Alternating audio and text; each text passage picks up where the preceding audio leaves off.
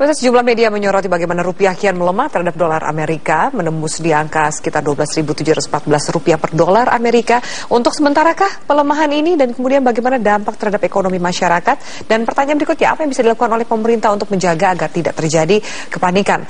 Langsung kita akan membahasnya. Di sebelah saya sudah ada ekonom Dana Reksa, Bapak Purbaya Yudi Sadewa. Selamat malam Mas Yudi, saya panggil Anda Mas Yudi. Ya, selamat malam Mbak. Mas Yudi, ketika kita mendengar tadi, kita tahu bahwa sejumlah media juga sudah mengangkat bahwa ada pelemahan dari rupiah terhadap dolar. Ada statement dari Sofyan Jalil dan kemudian Wapres Yusuf Kalla bahwa ini ini hanya sementara, tidak perlu panik.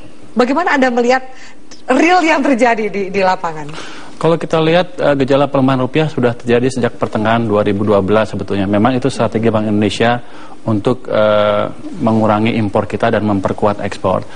Jadi dari di bawah 10.000 terus sampai sekarang. Tapi akhir-akhir ini pelemahannya memang karena ada ekspektasi perlambatan ekonomi dalam beberapa bulan ke depan. Setelah kita menaikkan BBM di bulan November kemarin. Memang biasanya respon sistemnya seperti itu. Setiap pemerintah menaikkan BBM, rupiah cenderung melemah sampai 6 bulan ke depan.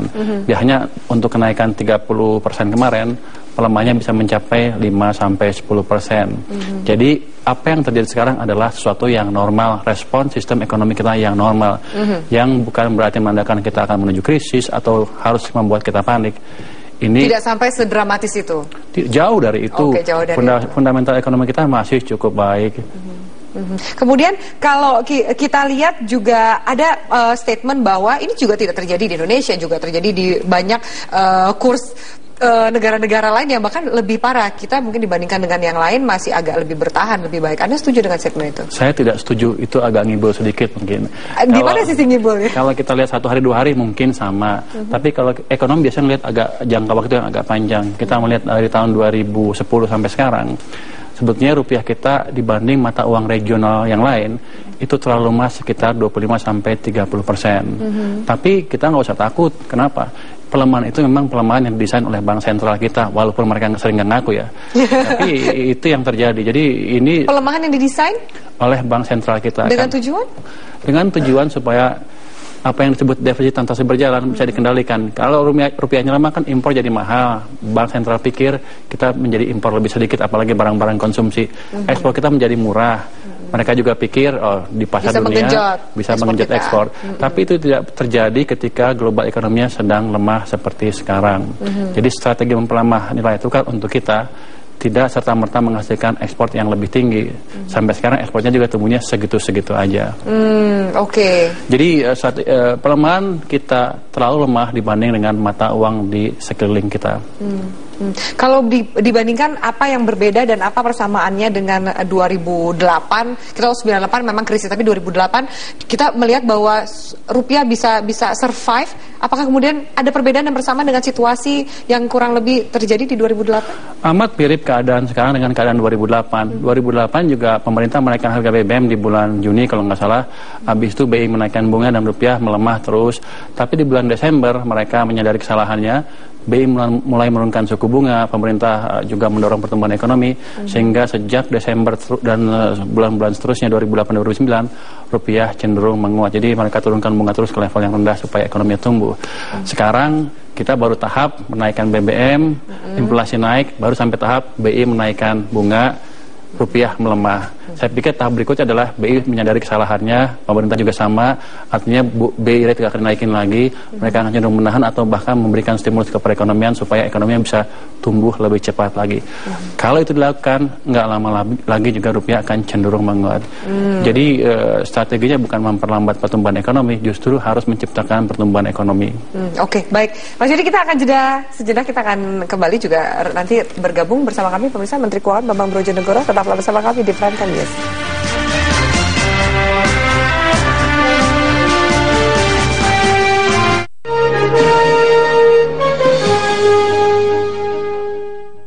Didukung oleh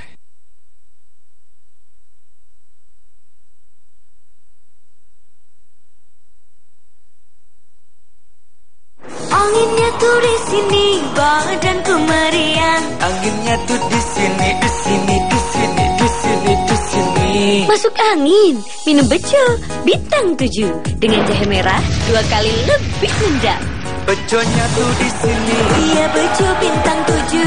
Jahe merahnya hangat. Anginnya langsung minggat. Bejonya tuh di sini. Di sini, di sini, di sini. Bejo bintang 7. Bejo teko angin lunga.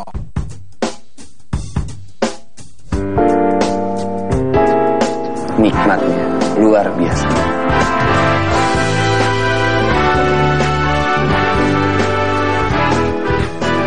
Ais luwak Arabica.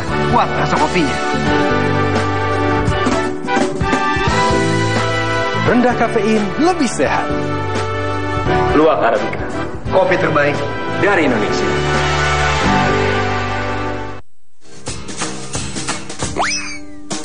Santai, Bank Kredit siap mewujudkan mobil impian Anda. Mudah persyaratannya. Bunga masuk akal. Jaringan di mana-mana. Proses 1 hari kerja. Wujudkan segera mobil impian Anda. Hubungi 021 2970 1100. Untung ada Bank Kredit. Mobil impian sekarang jadi kenyataan. Semua bisa dikredit dari MNC Finance.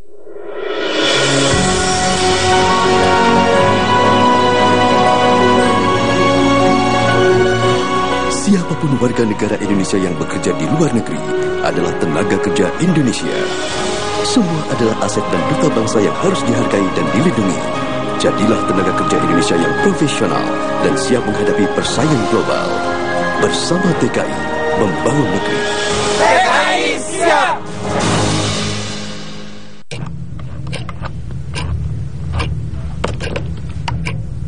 Cek 1 cek.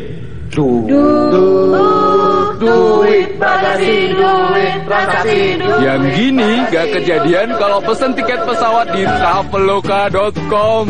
Karena harga tiket yang Anda bayarkan tanpa ada tambahan harga ini itu. Traveloka.com.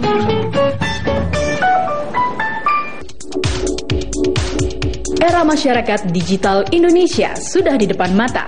Kebutuhan mobile broadband yang mampu menunjang digital lifestyle masyarakat Indonesia pun sudah sangat dinantikan.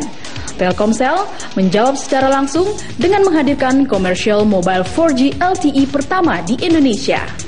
Diluncurkannya secara komersial 4G LTE Telkomsel ini yang pertama di Indonesia. Harapannya tentunya adalah Telkomsel mengambil posisi untuk mendorong terbentuknya masyarakat digital Indonesia yang pada akhirnya akan membawa perkembangan Indonesia di segala bidang, ya, dan tentunya ujungnya adalah untuk bisa mencapai Indonesia hebat.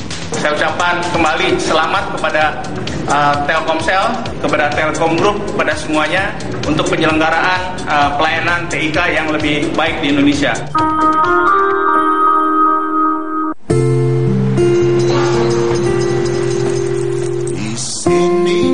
Kejujuran adalah hal yang paling berharga.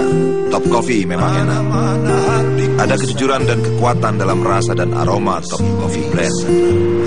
Ada nikmat dan rasa yang memberi makna kebersamaan. Top Coffee, kenikmatan khas Indonesia. Untuk negeriku, satu pilihan kopi. Jujur, Top Coffee memang saatnya bicara jujur. Berani. Beli 3 gratis 1.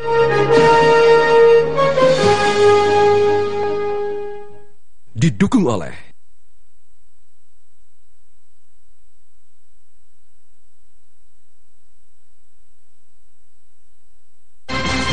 Baik, pemirsa, kami lanjutkan Prime Time News. Sudah bersama saya dari luar studio Menteri Keuangan Bambang Brojonegoro. Selamat malam, Pak Bambang. Selamat malam. Pak Bambang, kita membahas soal ada pelemahan rupiah terhadap dolar. Kalau kami catat sekitar kemarin juga ditutup 12.714 rupiah per dolar. Apa yang bisa Anda lihat, bisa Anda terjemahkan dari kondisi saat ini, Pak? Apa kemudian juga terjadi kepanikan di tataran elit? Pertama mungkin kita lihat penyebabnya dari sisi fundamental dulu. Dari sisi fundamental yang berasal dari eksternal, itu ada antisipasi dari para pelaku pasar, ya, di pasar uang terutama, bahwa Amerika Serikat akan menaikkan tingkat bunganya tahun depan. Nah, karena masih ada unsur ketidakpastian berapa besar kenaikannya dan berapa cepat kenaikan tersebut berlangsung, maka hampir semua mata uang dunia memang bergejolak mengikuti ekspektasi yang dibentuk oleh baik pelaku pasar itu sendiri maupun kebijakan yang dilakukan oleh Amerika Serikat. Dari sisi domestik, masalah fundamental kita sudah tahu semua, yaitu masih adanya defisit pada transaksi berjalan. Meskipun kalau kita lihat pada triwulan 2 dan 3 tahun 2014, kalau kita bandingkan tahun lalu ketika kita juga mengalami goncangan pada mata uang kita, sebenarnya defisit transaksi berjalan sudah menurun, ya. Artinya yang triwulan 2 dan 3 2014 sudah lebih kecil dibandingkan triwulan 2 dan 3 tahun 2013. Nah, itu kondisi fundamentalnya. Kemudian kondisi menjadi lebih memburuk hari ini dikarenakan ada suatu sentimen yang sifatnya lokal. Pertama adalah dolar tetap menguat terhadap semua mata uang dunia, dan bahkan kalau rupiah dibandingkan dengan beberapa mata uang negara-negara emerging seperti Turki, Brasil, maka sebenarnya pelemahan rupiah itu bukan yang paling dalam, ya. Kalau kita lihat per 15 Desember rupiah itu mengalami pelemahan sekitar 2%. Kemudian rubel Rusia itu sekitar 10%. Turki lira 3,4%. Nah, kemudian bahkan kalau kita lihat dari sejak awal tahun ini, year to date, pelemahan rupiah itu adalah sebenarnya 4,5%. Ini jauh di bawah misalkan Rusia yang sampai hampir 50%, Turki yang hampir 9%, maupun yang Brasil hampir 12%. Dan kemudian ada monetary policy yang dilakukan oleh Rusia dengan menaikkan policy rate-nya sebesar 650 basis point, ya, 6,5% dari 10,5 menjadi 17%. Tentunya ini menimbulkan kegoncangan di pasar emerging market, di mana Rusia dan Indonesia itu tergolong emerging market, sehingga hampir semua mata uang dan juga perekonomian emerging market terkena imbas dari masalah penguatan dolar dan aksi yang diambil oleh Rusia untuk menyelamatkan mata uang rubelnya yang memang terkoreksi cukup dalam. Iya, Pak Bambang, ketika Anda katakan, jadi Anda juga melihat bahwa ada isu di luar, selain juga ada Amerika, ada perang tanda kutip antara Rusia dengan Barat. Sejauh mana kemudian antisipasi dari pemerintah ketika faktor eksternal ini juga menjadi faktor kuat dalam melemahnya rupiah? Adakah komunikasi yang juga terkoordinasi antara BI dengan kementerian Anda? Ya, tentu saja, karena Bank Indonesia sebagai otoritas moneter dan kami di Kementerian Keuangan selaku otoritas fiskal itu harus melakukan koordinasi yang dekat. Nah, yang kami lakukan adalah tentu menjaga kinerja dari surat berharga negara kita, karena kita tahu bahwa sekitar 38% pemilik surat berharga negara kita yang rupiah itu adalah pemodal asing. Tentunya kita harus menjaga agar jangan sampai para pemodal asing itu ramai-ramai menjual surat berharga negaranya. Memang ada sedikit outflow, tetapi kalau kita lihat peningkatan yield dari surat berharga negara kita SUN yang 10 tahun itu memang naik menjadi 8,5%, tapi itu kenaikan yang sangat wajar, ya, melihat imbas yang terjadi, kenaikan sekitar 20 basis point. Nah, tapi kemudian kita juga melihat bahwa mekanisme yang disiapkan oleh pemerintah untuk menjaga surat berharga negara itu sudah kita siagakan, tetapi Bank Indonesia sudah juga aktif untuk menjaga surat berharga negara kita di pasar sekunder, sehingga secara keseluruhan pasar surat berharga negara kita relatif aman dan terkendali. Pak Bambang, secara konkretnya, langkah konkret yang akan dilakukan terutama ketika Anda katakan tadi menjaga agar para pemodal asing ini tidak menjual surat berharganya, seperti apa Pak yang akan diterapkan di lapangan? Yang pasti kita berkomunikasi terus ya dengan para pemegang surat berharga negara kita yang besar, terutama yang pemegang asing, dan dari informasi yang kami dapatkan, dari komunikasi yang kami lakukan, mereka menganggap bahwa ini adalah kondisi eksternal yang tidak ada urusannya dengan kondisi fundamental ekonomi Indonesia. Jadi secara keseluruhan kondisi ekonomi fundamental Indonesia masih dianggap baik, ya, sehingga mereka masih percaya untuk terus memegang surat berharga negara kita, baik yang mata uang rupiah, demikian juga yang mata uang asing. Baik, Pak Bambang, saya akan jeda sejenak, namun kita akan lanjutkan wawancara ini. Saya juga akan menanyakan apakah kemudian sejauh mana pemerintah mengantisipasi. Kita tahu ada rapat The Fed dalam Federal Open Market Committee sesaat lagi. Tetaplah bersama kami.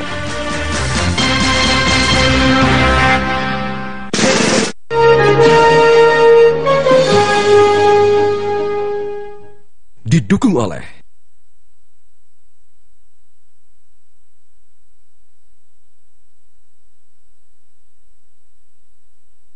Hotin Cream melepas pegal saat berkendara.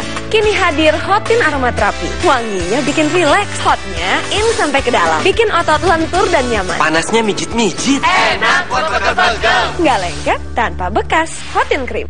Sejak dini, siapkan masa depan dengan MNC Link. Kami mengoptimalkan investasi Anda. Dikelola secara handal dan terpercaya, manfaatnya bisa digunakan untuk biaya pernikahan, rencana pendidikan anak, perencanaan pemulihan aset, rencana hari tua, juga perlindungan asuransi seumur hidup. Ayo bergabung bersama MNC Link. Telepon sekarang 50899 untuk perlindungan maksimal, investasi optimal. Ingat, hanya di MNC Link. MNC Life, life is a choice. Kabar gembira untuk kita semua, kulit manggis kini ada ekstraknya. Mastin hadir, sehatkan tubuh kita, jadikan hari ini hari Mastin ceria. Aku gembira, tubuhku sehat, minum Mastin herbal rahasia alam Indonesia. Penuh pesona Mastin. Makin good. Aqua Plus, satu lapis anti bocor. Aqua Plus. Jangan salah pilih. Selama 30 tahun, Aqua Plus keindahannya teruji melindungi rumah Indonesia. Aku pilih Aqua Plus. Selamat Hari Natal dan Tahun Baru. Mogu-mogu. Selamat Hari Natal dan Tahun Baru. Mogu-mogu. Selamat Hari Natal dan Tahun Baru. Mogu-mogu.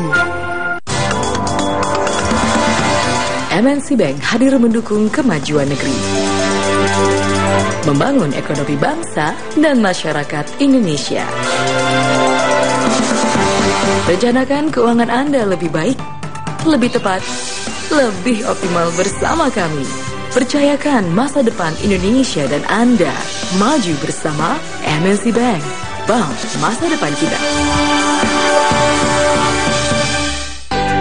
Warnanya cemerlang, panjang umur anti gempa. Soka jempol, soka jempol. Yang semua suka, pasti soka jempol. Tutur jempol dari si mantap. Kalau lo mau jual laptop, mau kenceng mau pelan, jual aja di OLX ya.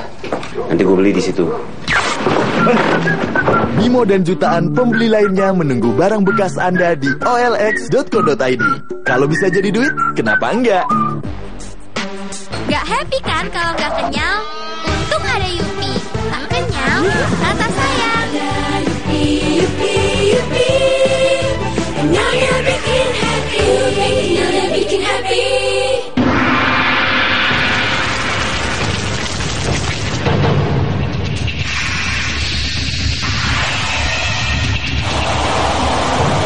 Rasakan kemurnian Bear Brand. Nestle, good food, good life. Yuk eksperimen. Telur mengandung kalsium seperti gigi. Bandingkan saja, pakai formula Strong Protector tetap kuat karena mengandung SPL yang melindungi kalsium gigi. Sudah tahu kan rahasia gigi lebih kuat? Gigi kuat, gigi formula. Kilau berada di bentang cakrawala, kota yang megah tercipta oleh rasa.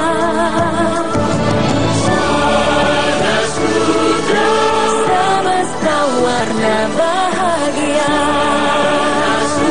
kota berjuta makna. Swarna Sutra Residential and Business Community.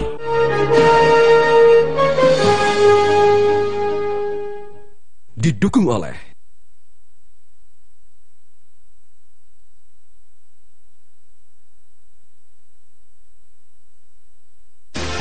Baik, Pusat, terima kasih Anda masih bersama kami, Pak Bambang Brojonegoro, Menteri Keuangan. Anda masih bersama saya, Pak? Ya. Ya. Pak Bambang, tadi sebelum jeda, saya juga akan mengangkat sedikit ada rapat tanggal 16 dan 17 Desember di mana The Fed, Bank Sentral dari Amerika Serikat, ada kemungkinan akan menaikkan suku bunganya. Bagaimana antisipasi dan juga prediksi dari Kementerian Keuangan dan juga Bank Indonesia sejauh menjaga kestabilan rupiah ke depan? Ya, pertama Mbak Afi, tadi saya lupa menjelaskan salah satu yang menyebabkan terjadinya pelemahan terhadap banyak mata uang global pada hari ini yang juga berimbas kepada pasar modal, itu adalah salah satunya adalah antisipasi dari akan berlangsungnya Federal Open Market Committee. Itu semacam RDG kalau konteks di mana, di Bank Indonesia.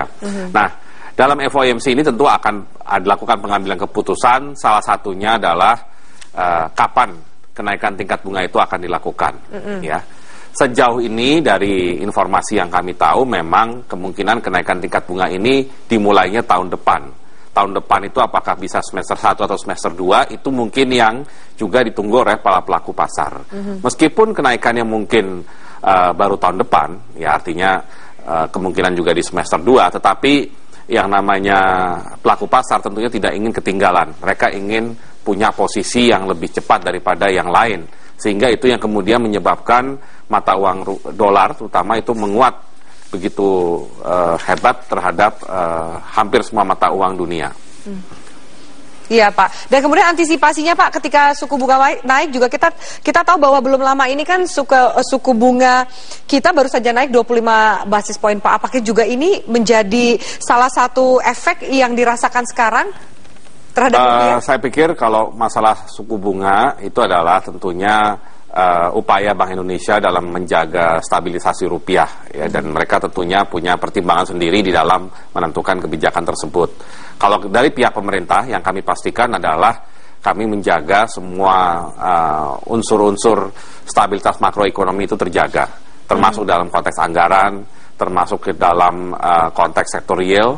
Yang kami pastikan adalah kami berusaha agar perekonomian di tahun 2015 terutama bisa mempunyai neraca transaksi berjalan yang lebih kecil, makin mengecil defisitnya, dan kemudian pertumbuhan ekonomi yang juga diharapkan bisa lebih baik dibandingkan tahun 2014. Baik, Pak Bambang, ketika ada pengamat yang mengatakan ini balance account-nya adalah positif, harusnya rupiah bisa stabil atau terus menguat, adakah kemudian skenario dari pemerintah untuk melakukan perlambatan ekonomi untuk menjaga rupiah? Kami tidak melakukan perlambatan ekonomi itu by design. Kalau ada perlambatan ekonomi itu adalah lebih kepada imbas, karena kita harus menjaga stabilisasi ekonomi makro. Justru yang sedang kami dorong adalah bagaimana menjaga keseimbangan antara stabilitas makro itu sendiri dengan upaya mendorong pertumbuhan. Dan 2015 yang pasti kita harus dorong pertumbuhan, karena apa yang terjadi pada tahun 2014 ini menurut saya adalah cukup, kita sudah berhadapan dengan masalah stabilisasi yang berat. Jadi 2015 saatnya untuk menciptakan pertumbuhan, meskipun mungkin sumber pertumbuhan itu hanya akan bertumpu pada investasi, baik itu investasi dari pemerintah melalui belanja modal di APBN, maupun investasi yang bersifat langsung, baik dari dalam negeri maupun dari luar negeri.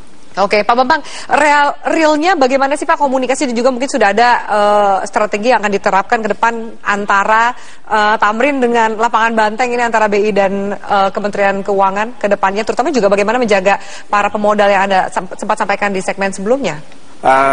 Bank Indonesia bersama kami, kemudian Otoritas Jasa Keuangan dan Lembaga Penjamin Simpanan adalah anggota Forum Koordinasi Stabilitas Sistem Keuangan. Jadi dalam forum tersebut yang pertemuannya itu rutin dari tingkat teknis sampai tingkat pimpinan, itu selalu kami berkoordinasi dalam konteks menjaga stabilitas sistem keuangan.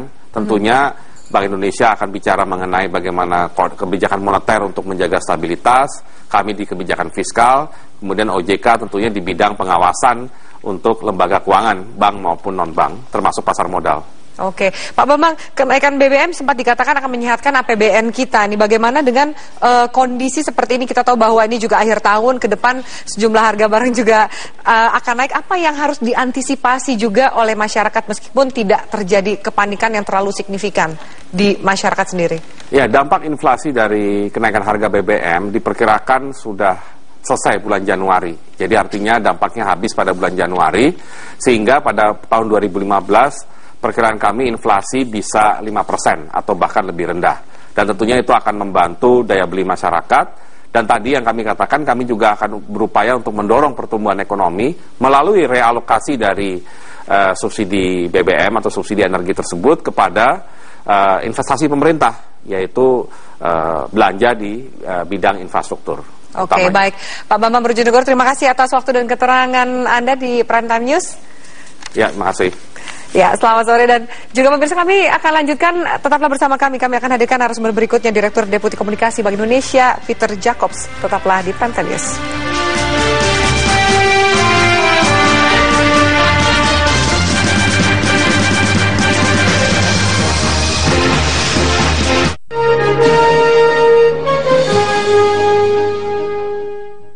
Didukung oleh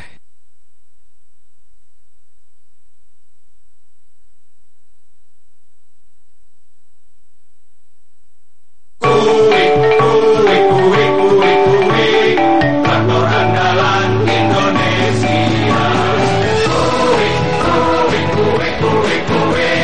Semua kue, semua hebat.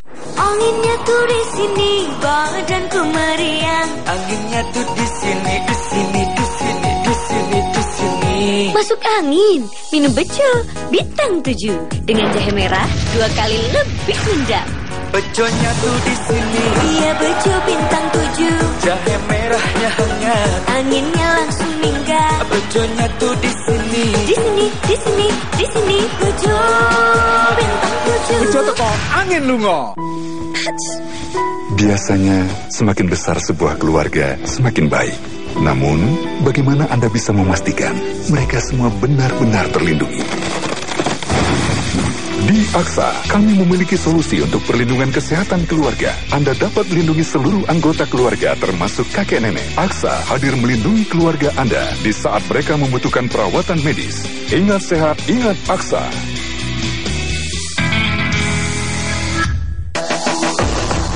Show your character with your name.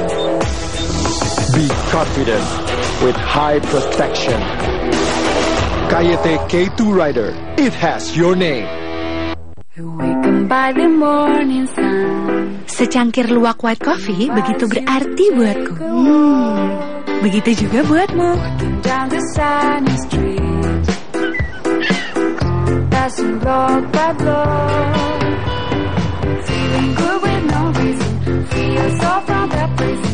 Sun is shining so bright, everything is alright, the whole world is smiling. Luwak white coffee, the real white coffee. Suatu hari saya dengerin lagu negeriku. Aku suka banget lagu itu. Aku pengen aransemen ulang dan bikin sesuatu yang beda. Saya ingin mengajak ketiga musisi dengan genre yang berbeda dari musik yang biasa saya mainkan. Teknologi itu menginspirasi saya untuk berkolaborasi sama mereka. Karena semua bisa dilakukan dengan Telkomsel 4G LTE.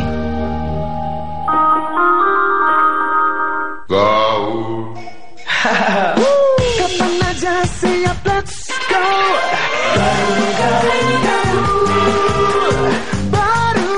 Karena gaul punya banyak rasa, Kopi Good Day punya banyak rasa gaul untuk harimu. Akan ada saat dimana kita harus melangkah menuju cita-cita yang lebih baik.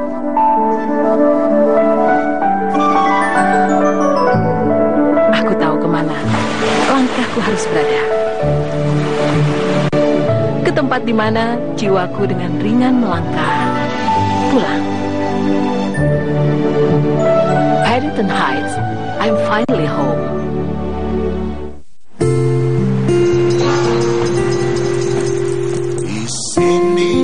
Kejujuran adalah hal yang paling berharga. Top Coffee memang enak. Ada kejujuran dan kekuatan dalam rasa dan aroma Top Coffee Blend. Ada nikmat dan rasa yang memberi makna kebersamaan. Top Coffee, kenikmatan khas Indonesia. Untuk negeriku, satu pilihan kopi. Jujur, Top Coffee memang enak. Saatnya bicara jujur. Berani. Beli 3 gratis 1. Hot Hotin Cream, melepas pegal saat berkendara. Kini hadir Hotin Aromaterapi. Wanginya bikin rileks, hotnya in sampai ke dalam, bikin otot lentur dan nyaman. Panasnya mijit-mijit. Enak buat pegal-pegal. Nggak lengket tanpa bekas. Hotin Cream. Budidaya lobster air tawar dalam BI News malam ini.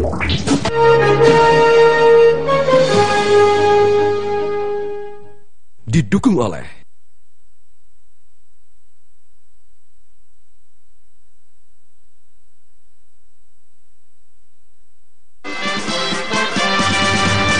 Baik, bersama kami lanjutkan. Sudah bersama kami Pak Peter Jacobs, Direktur Departemen Komunikasi Bank Indonesia. Selamat malam Pak Peter. Selamat malam. Ya, Pak Peter, dikatakan juga Bank Indonesia ini sudah melakukan intervensi di pasar uang. Apa yang dilakukan sih Pak konkretnya dan bagaimana sejauh mana Bank Indonesia akan juga terus melakukan intervensi untuk menjaga rupiah kita?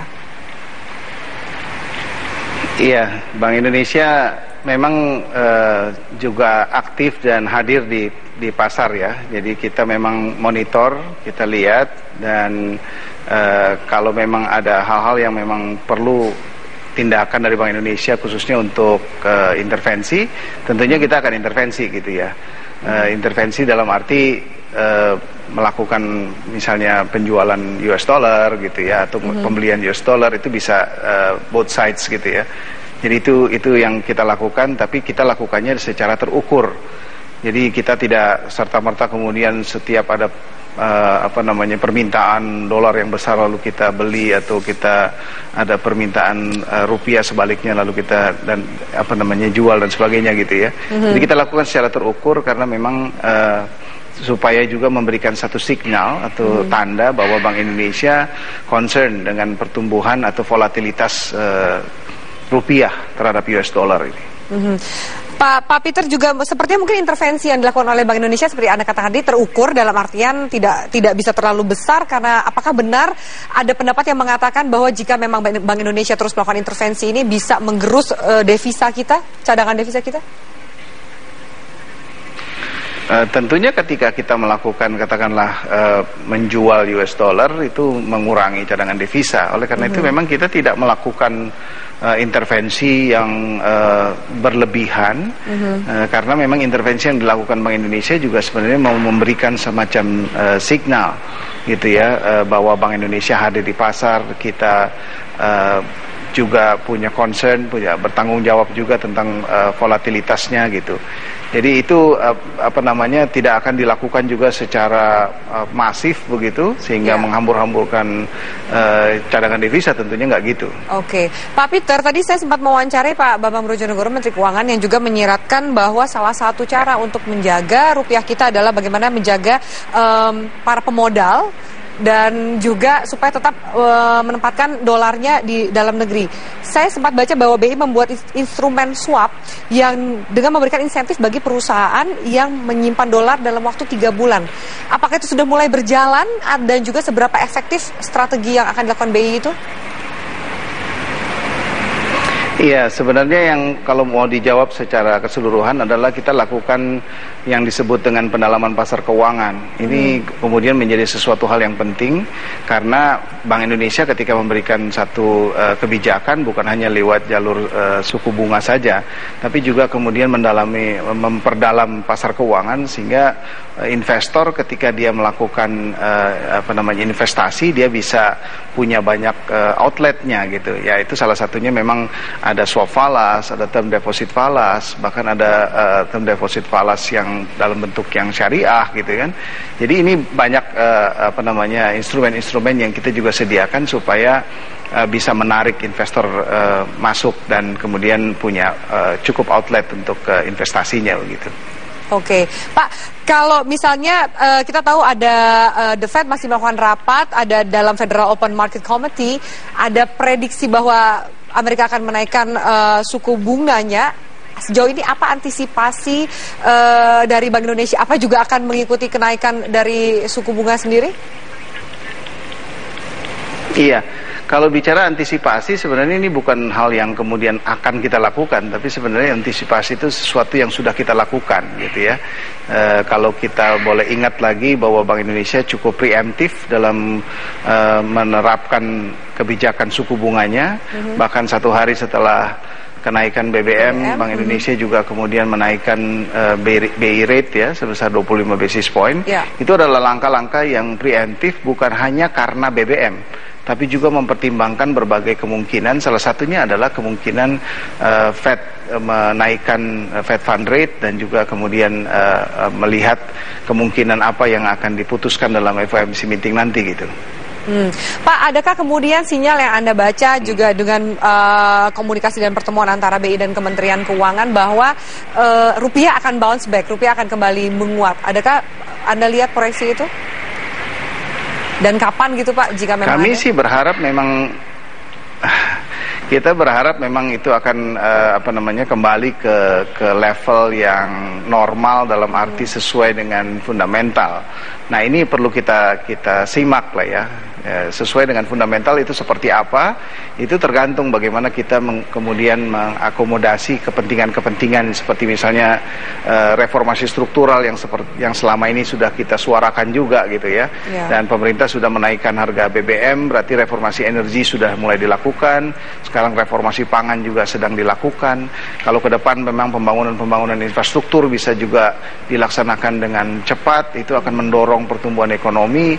Nah, itu tentunya akan sangat bagus gitu. Yang ujung-ujungnya kita juga mau lihat bagaimana current account kita bisa punya postur yang lebih bagus gitu, yang lebih baik, sehingga memang memberikan confidence bagi investor dan juga membuat makroekonomi kita lebih sehat karena kita punya penerimaan yang lebih besar begitu.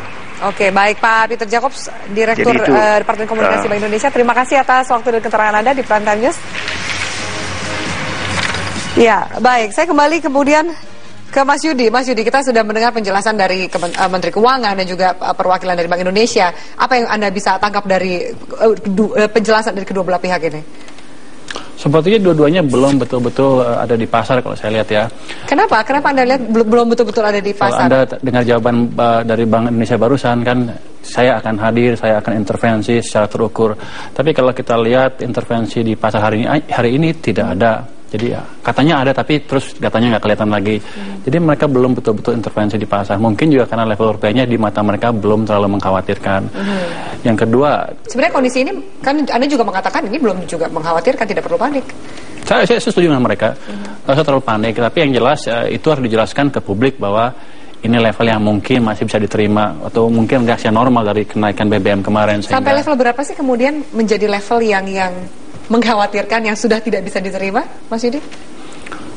Itu sulit untuk menjawab pertanyaan itu ya. Tapi basically perkirakan saya adalah 5-10% dari 12.000 itu sekitar 13.200. Di atas itu sudah terlalu lemah dan mereka harus mulai intervensi di pasar dengan cara beli falas ataupun beli obligasi di pasar sekunder. Sampai sekarang mereka belum melakukan dua-duanya secara masif. Jadi kalau kita lihat dari jawaban tersebut, adakah kemudian kita bisa baca rupiah, sinyal bahwa rupiah akan menguat dengan komunikasi yang terjalin terus, kemudian menjaga intervensi yang terukur, seperti itu? Kalau saya lihat tadi dari dua jawaban tadi kan basically mereka selalu mengatakan ingin melihat current account yang lebih baik posturnya. Dalam pengertian defisitnya akan turun terus kalau bisa positif. Padahal kalau kita tumbuh, selama kita memakai modal asing untuk membantu pertumbuhan ekonomi kita pasti akan mengalami current account yang defisit. Artinya ke depan akan seperti itu terus selama kita tumbuh. Jadi kemungkinan mereka akan semakin memperlambat ekonomi, semakin membiarkan rupiah melemah. Pemerintah bisa melakukan itu? Bahwa kemudian kita akan dengan mengatakan akan menggenjot pertumbuhan, dan juga ada infrastruktur, dan juga tadi soal investasi, realokasi investment. Kita mendapat sinyal yang agak kontradiktif dari pernyataan Pak Bambang kan. Pertama kan dia bilang ingin menciptakan pertumbuhan, tapi kadang-kadang juga ingin menciptakan stabilitas. Jadi dia bilang perlambatan itu bukan by design. Tapi kalau kita lihat cara bank sentral kita mengatasi masalah current account, dengan mengetatkan kebijakan moneter, melemahkan rupiah, dan dampaknya adalah memperlambat pertumbuhan ekonomi. Di mata saya itu adalah perlambatan by design. Selama kita mengejar arah itu, rupiah akan cenderung melemah terus. Kenapa? Karena investor tidak mau berinvestasi di negara yang ekonominya sedang melemah. Oke, Mas Yudi, pertanyaan terakhir. Di akhir Desember dan juga menatap awal dari 2015 di Januari, apa yang harus masyarakat lakukan? Ini pertanyaan yang saya basically begini. Masyarakat boleh mewaspadai pelemahan rupiah, tapi tidak usah terlalu panik. Kenapa? Ini adalah proses adjustment yang normal dari kenaikan BBM kemarin dan adjustment dari kebijakan pemerintah atau bank sentral untuk mengendalikan defisit transaksi berjalan. Jadi yang pertama itu jangan terlalu panik. Yang kedua, jangan berebut memborong dolar. Karena ekonomi kita tidak akan hancur. Kita jauh dari tahun 1998. Paling jelek kita 2008-2009, habis itu dalam pengertian melambat sedikit, habis itu lari lagi ke depan. Oke, baik. Terima kasih banyak. Semoga memang juga tetap positif menatap ke depannya dengan juga perkembangan perekonomian kita. Mas Yudi Sadewa, terima kasih atas waktu Anda di Prime Time News. Dan pemirsa,